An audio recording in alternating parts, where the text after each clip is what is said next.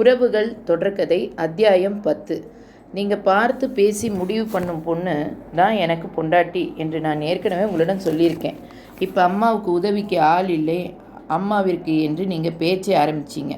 நான் ஓகே சொல்கிறேன். இதில் என்னப்பா ஒளிவு மறைவு? பொண்ணு யாருப்பா, என்ன செய்கிறாங்க, எந்த ஊர் என்று சர்வசாதாரணமாக கேட்டான் மாதவன். உங்கள் சதாசிவம் மாமா கும்பகோணத்திலிருந்து பேசினார். உங்கள் அம்மாவிடம் ஏற்கனவே பல முறை சொன்னாராம். அவள் ஒன்றும் பிடி கொடுக்கலை போல என்னிடம் பேசினார். வர புதன்கிழமை நல்லா இருக்கு, பொண்ணு பார்க்க கும்பகோணம் வரேன் என்று சொல்லியிருக்கேன். செவ்வாய் இரவு ராக்ஃபோர்ட்டில் கிளம்பலாமா என்று விசாரித்தார் கேசவன். மாதவனுக்கு பொண்ணு பார்ப்பதை பற்றி எனக்கு ஒன்றும் இல்லை. ஆனால் ஏற்கனவே நடந்த கல்யாணம் முடிஞ்சு நம்ம மூத்த பையனை இந்த நல்ல விஷயம் நடக்கும் நேரத்திலாவது என்று ஆரம்பித்த காயத்ரியை முறைத்தார் கேசவன். இங்கே பாரு, எனக்கு ஒரே பையன்தான், அது இவன் தான். அவனுக்கு பொண்ணு பார்க்க போகிறோம். நீ வந்தாலும் வராவிட்டாலும் நாங்கள் போகிறோம். ஏன்பா அதுக்குள்ளே கோபப்படுறீங்க? நான் பேசுகிறேன்ப்பா, அம்மா வருவாங்க. ஆனால் எனக்கு செவ்வாய் இரவு கிளம்ப முடியாது. டேய், நான் கும்பகோணம் கட்டாயம் போகணும் என்று அப்பாவிடம் உத்தரவாதம். ஆனால் நீ வரமாட்டாயா? அப்பா ஒரு ப்ரோக்ராம் சொன்னால் அதுக்கு மாறா பேசுகிற அளவுக்கு பெரிய மனுஷன் ஆகிட்டேயா நீ என்று காயத்ரி இடையிட்டார். நான் இன்னும் முழுசாக பேசி முடிக்கலை, அதுக்குள்ளே இவ்வளோ டென்ஷன் ஏன்? டென்ஷன் ஆவதே ஒரு நித்தியப்படி வேலையாக வச்சிருப்பீங்களோ என்று அம்மாவின் கன்னத்தில் செல்லமாக கிள்ளினான் மாதவன். ஏய், சாப்பிட்ட கையோட கன்னத்தில் என்று அவன் கையை தட்டிவிட்டார்.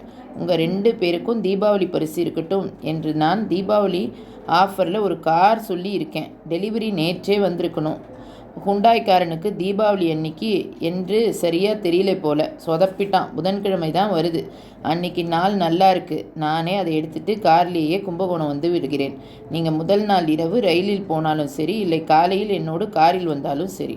நோ, பெண் பார்க்கும் பொழுது 3 பேராக கிளம்பக்கூடாது. அதோடு அவ்வளோ தூரம் கார் பயணம் எனக்கு ஒத்துக்கொள்ளாது என்று அவசரமாக சொன்னார் காயத்ரி. நான் ஒரு வாக்கியம் சொன்னதுக்கு அம்மாவும் பையனும் 9 வாக்கியம் பேசியாச்சு. என்னோட அபிப்பிராயம் கேட்பீங்களா மாட்டிங்களா? நான் ஏற்கனவே டிக்கெட் போட்டாச்சு. 3 பேரும் ரயிலில் கிளம்பலாம்.